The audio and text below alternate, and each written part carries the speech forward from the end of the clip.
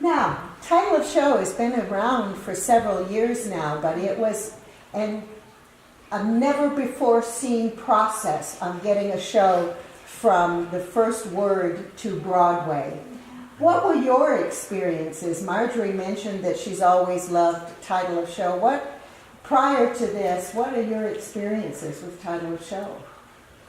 I know I did not know title of show at all before being put as the choreographer for it.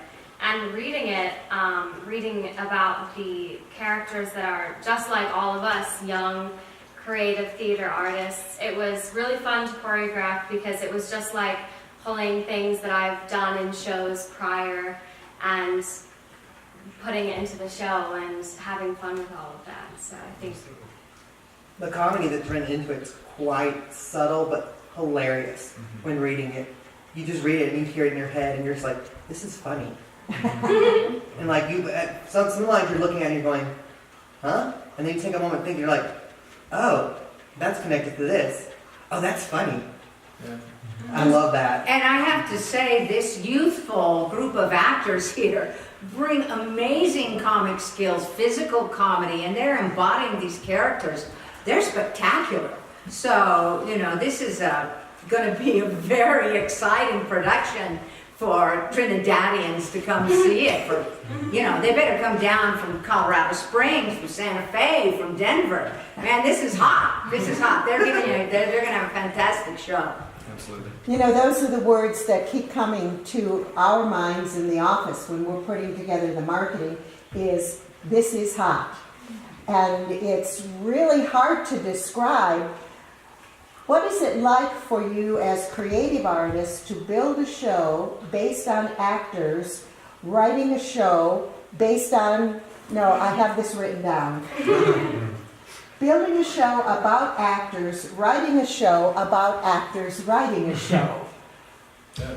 I know for me it's really exciting to be able to do a show where you get to show an audience your everyday and like embody characters who really you just relate with so much. I mean, being a recent graduate and a professional actor, it's just weird to like think about how they wrote this show that just lets you know what's up with being all those things, and it's very exciting to be a part of, and it's helped me to you know that other people have done it before and there's a show about it. It's really cool.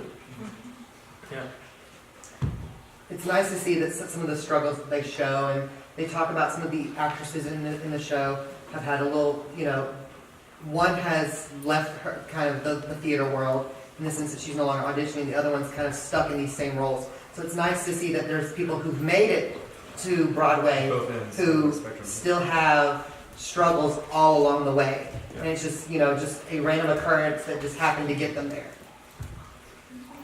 Yeah, living in New York, it's like they took the script right out of all of our mouths. Everybody that lives there, it's nice to be able to share that so that other people can kind of get a glimpse into our stories and our lives.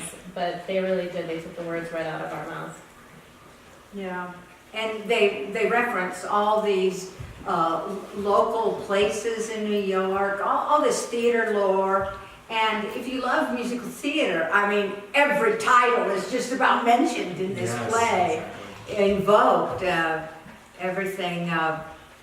I think what I take away from it too is the tenacity that these young men and young ladies had. I guess they were in their 30s during this time, but they stuck with it, and you don't quite feel it as much in the show because it's sequential, but you know, they started in '04 and it took 4 or 5 years for them to get the project going, and 10 months where nothing happened. I mean, we all have had creative projects, and after 10 months to keep the momentum going is kind of hard.